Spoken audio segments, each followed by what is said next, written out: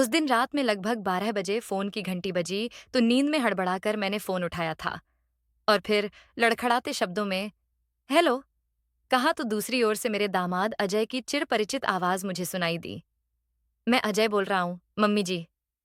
मेरी सबसे प्रिय सहेली मंजुला का बेटा अजय पहले मुझे आंटी कहकर बुलाता था, मगर जब से मेरी बेटी काव्या के साथ उसकी शादी हुई है वह मुझे मजाक में मम्मी जी कहकर बुलाता था। उस रात उसकी आवाज सुनकर मैं अनायास खुश हो गई थी और बोल पड़ी थी, हाँ बोलो बेटे, क्या बात है, इतनी रात गए कैसे फोन किया, सब ठीक तो है ना? हाँ हाँ, सब ठीक है मम्मी जी, पर आपको एक सरप्राइज दे रहा हूँ। काव्या और मम्मी कल राजधानी एक्सप्रेस से दिल्ली आपके पास पहुंच रहे हैं। अरे वाह, क्या दिल खुश करने वाली खबर सुनाई है। और तुम क्यों नहीं आ रहे हो उनके साथ? अरे मम्मी जी, आपको तो पता ही है कि मैं काम छोड़कर नहीं आ सकता, और इन दोनों का प्रोग्राम तो अचानक ही बन गया। तभी तो प्लेन से नहीं आ रही।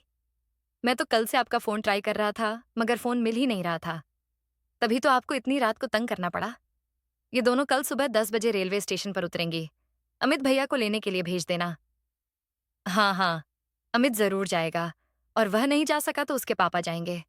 तुम चिंता मत करना। ये कहते हुए मैंने फोन रख दिया था और खुशी से तुरंत अपने पति को जगाते हुए उन्हें काव्या के आने की खबर सुना दी। गुड़िया आ रही है, ये तो बहुत अच्छी बात है, पर उसके साथ तुम्हारी वह नखरीली सहेली क्यों आ रही है? हमेशा की तरह उन्होंने मंजुला से नाराजगी जताते हुए मजाक में कहा।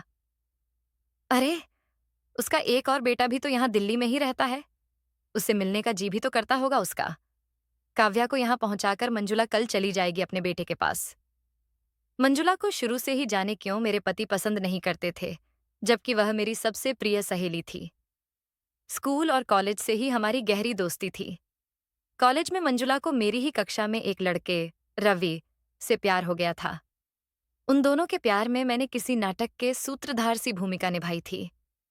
मुझे कभी रवि की चिट्ठी मंजुला को पहुंचानी होती तो कभी मंजुला की चिट्ठी रवि को। मंजुला अपने प्यार की बातें मुझे सुनाती रहती थी। खूबसूरत और तेज दिमाग की मंजुला अमीर बाप की इकलौती बेटी होने के बावजूद मेरी जैसी सामान्य मध्यम वर्गीय परिवार की लड़की से दोस्ती कैसे रखती है, यह उन दिनों कॉलेज में हर किसी के मन में सवाल था। शायद दोस्ती में जहां तनमन मिल जाते हैं वहां कोई कुछ कर नहीं सकता। मंजुला का रवि से प्यार हो जाने के बाद यह दोस्ती और भी पक्की हो गई थी। रवि के पिता बहुत बड़े उद्योगपति थे। साइंस में इंटर करने के बाद रवि इंजीनियरिंग की पढ़ाई करने मुंबई चला गया, मगर मंजुला को वह भूला नहीं था।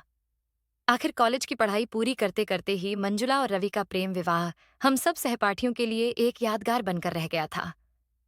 मंजुला की शादी के साल भर बाद ही मेरी भी शादी हो गई, और मैं यह जानकर बेहद खुश थी कि शादी के बाद मैं भी मंजुला की तरह ही मुंबई में रहने जा रही थी। जब तक रहे, दोनों अक्सर मिलते रहते थे, मगर मंजुला और रवि की रही सही ठाट बाट से मेरे पति कभी एडजस्ट नहीं हो सके थे। इसी से जब भी मंजुला से मिलने की बात होती तो वह अक्सर टाल देते। मेरे पहले बेटे अमित के जन्म के बाद मेरे पति ने पहली नौकरी छोड़कर दूसरी ज्वाइन की तो हम दिल्ली आ गए। यहाँ आने के 3 साल बाद काव्या का जन्म हुआ, और फिर घर गृहस्थी के चक्कर में मैं पूरी तरह फंस गई। मंजुला से मेरी निकटता धीरे धीरे कम होती गई थी। फिर इसी बीच मंजुला भी 2 बच्चों की मां बन गई थी, और दोनों बार लड़के हुए थे। ये सब खबरें तो मुझे मिलती ही रही थीं, मगर अब हमारी दोस्ती दिवाली, न्यू ईयर या बच्चों के जन्मदिन पर बधाई भेजने तक ही सिमट कर रह गई थी। काव्या को मुंबई के एक कॉलेज में एमबीए में एडमिशन मिल गया था, और वहीं उसकी मुलाकात अजय से हो गई।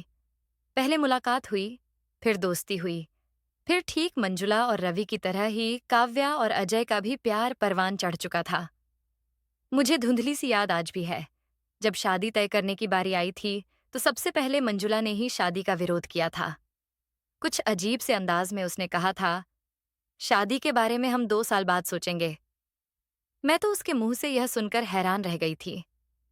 मंजुला के बात करने के तरीके को देखकर गुस्से में ही मैंने झट से कहा था, तूने भी तो लव मैरिज की थी, तो आज अपने बच्चों को क्यों मना कर रही है? इस पर बड़े ही शांत स्वर में मंजुला बोली थी, तभी तो मुझे पता है कि लव और मैरिज ये 2 अलग-अलग चीजें होती हैं। ये दर्शन शास्त्र की बातें मत झाड़, तू सच सच बता, क्या तुझे काव्या पसंद नहीं, या फिर हमारे परिवारों की आर्थिक समानता न होने के लिए तू मना कर रही है? नहीं नहीं, ऐसी कोई बात नहीं है। दरअसल मैं शादी का विरोध नहीं कर रही हूँ। मैं तो सिर्फ ये कह रही हूँ कि शादी 2 साल बाद करेंगे। लेकिन क्यों मंजुला? अजय तो अब अच्छा खासा कमा रहा है और काव्या की पढ़ाई भी खत्म हो चुकी है। फिर अब बेकार में 2 साल रुकने की क्या जरूरत है? यह मैं तुम्हें आज नहीं बता सकती और पता नहीं कभी बता भी पाऊंगी कि नहीं। हम सब तो चुप हो गए थे, लेकिन अजय और काव्या दोनों ठहरे आज के आधुनिक विचारों के बच्चे। वे दोनों कहाँ समझने वाले थे? उन दोनों ने अचानक एक दिन कोर्ट में जाकर शादी कर ली थी और हम सबको हैरान कर दिया था। मंजुला और रवि ने हालात को समझते हुए एक भव्य 5 स्टार होटल में शादी की जोरदार पार्टी दी थी और फिर सब कुछ ठीक ठाक हो गया था। काव्या की शादी को साल भर हो चुका था। इस दौरान वह और अजय अक्सर दिल्ली मेरे यहाँ आया करते थे, मगर मंजुला पहली बार मेरे यहाँ बता और समधन आ रही थी। इसीलिए भी मैं मन ही मन बहुत खुश हो रही थी। मुझ में बहुत सी पुरानी यादें उमड़ती जा रही थीं और उन मीठी सुनहरी यादों की डोर मुझे कभी बचपन में तो कभी जवानी में ले जाकर मायके पहुंचा रही थी। ठीक 11 बजे अमित काव्या और मंजुला को घर ले आया। कार से उतरते हुए मैंने उन दोनों को देखा तो काव्या सिर्फ एक बैग लेकर आई थी, मगर मंजुला तो 3-4 बैग के साथ आई थी। बैगों को देखकर मेरे चेहरे पर आए अजीबोगरीब भाव को देखकर कुछ झेंप कर मंजुला बोली, मेरा सामान बहुत ज्यादा है ना? दरअसल अब मैं दिल्ली में अपने बेटे राकेश के पास रहने के इरादे से आई हूँ। मेरा सामान यहीं बाहर ही रहने दो।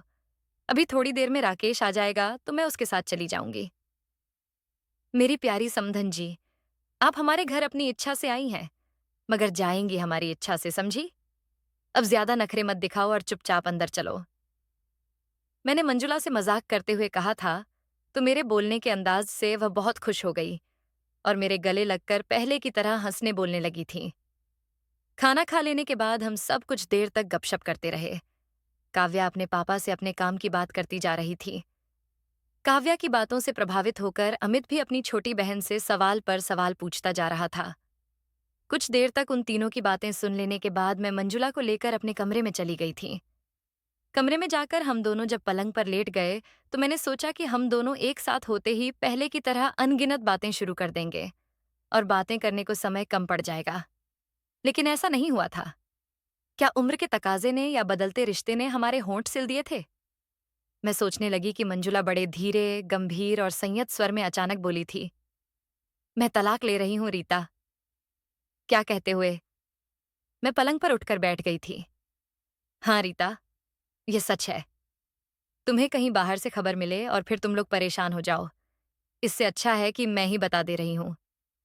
इसीलिए पहले मैंने काव्या और अजय की शादी 2 साल बाद करने की बात कही थी। सोचती थी कि बेटे की शादी के बाद यह सब अच्छा नहीं लगेगा, लेकिन अब मुझसे सहा नहीं जा रहा। अब मैंने अपना मन पक्का कर लिया है। लेकिन इतने सालों बाद यह फैसला क्यों, मंजुला? वैसे तो बहुत लंबी कहानी है, मगर जिस किसी को सुनाऊं उसे तो यह बहुत ही छोटी सी बात लगती है।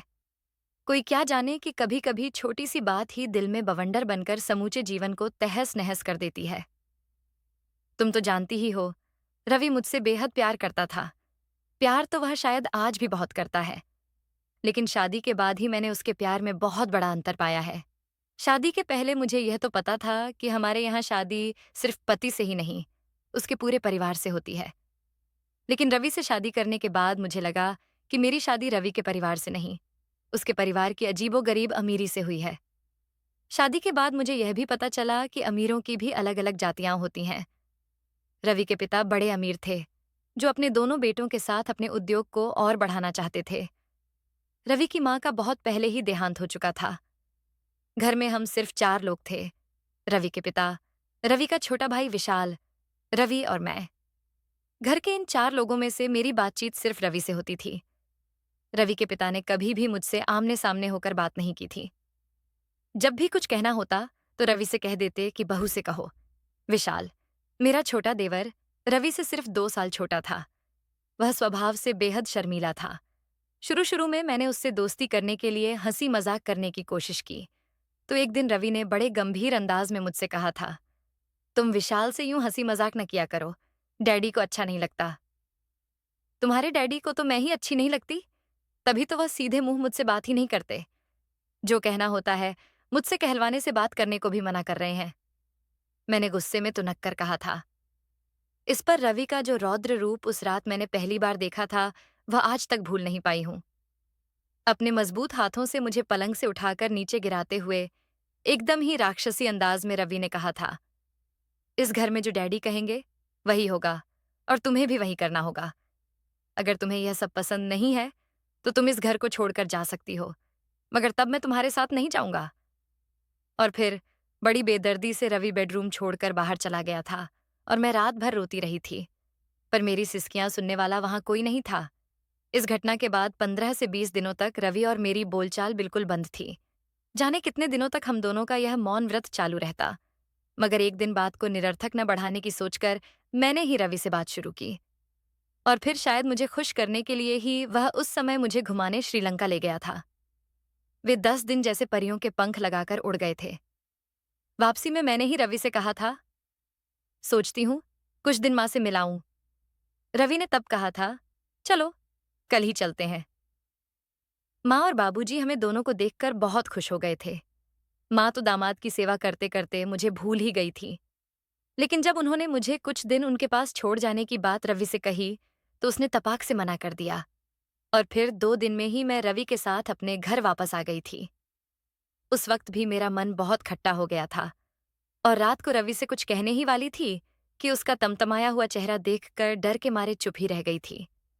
इस घटना के बाद हर 15 से 20 दिनों के बाद कुछ न कुछ ऐसा घट जाता, जिससे मैं जान गई थी कि इस घर में मुझे अपने मन की इच्छा पूरी करने की आजादी कभी मिल ही नहीं सकती। यह बात सच थी कि व्यवहारिक दृष्टिकोण से उस घर में सुख ही सुख था।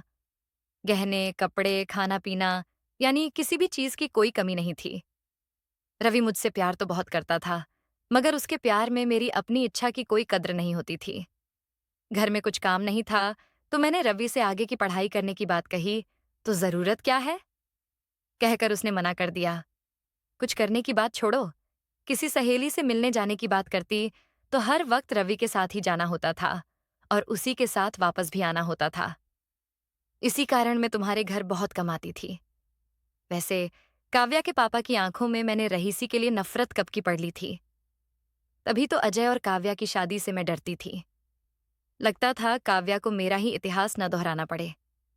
मगर अजय बहुत समझदार है। शादी होते ही उसने अपनी अलग इंडस्ट्री खोल ली, और उसमें काव्या को भी बराबर का हिस्सेदार बना दिया। काव्या को अजय के साथ काम करते देखकर मुझे बहुत अच्छा लगता है। जब काव्या को ऑफिस में काम करते देखती हूँ, तो 10 साल पहले की एक बात मुझे याद आती है। 10 साल पहले रवि ने जब अपने ऑफिस में पर्सनल ऑफिसर के तौर पर निशा की नियुक्ति की थी, तब जाने कितने दिनों बाद रवि से मेरी फिर एक बार जबरदस्त लड़ाई हुई थी। वह सिर्फ झगड़ा नहीं करता था, रीता, रवि मुझे मारने पर भी उतर आया था।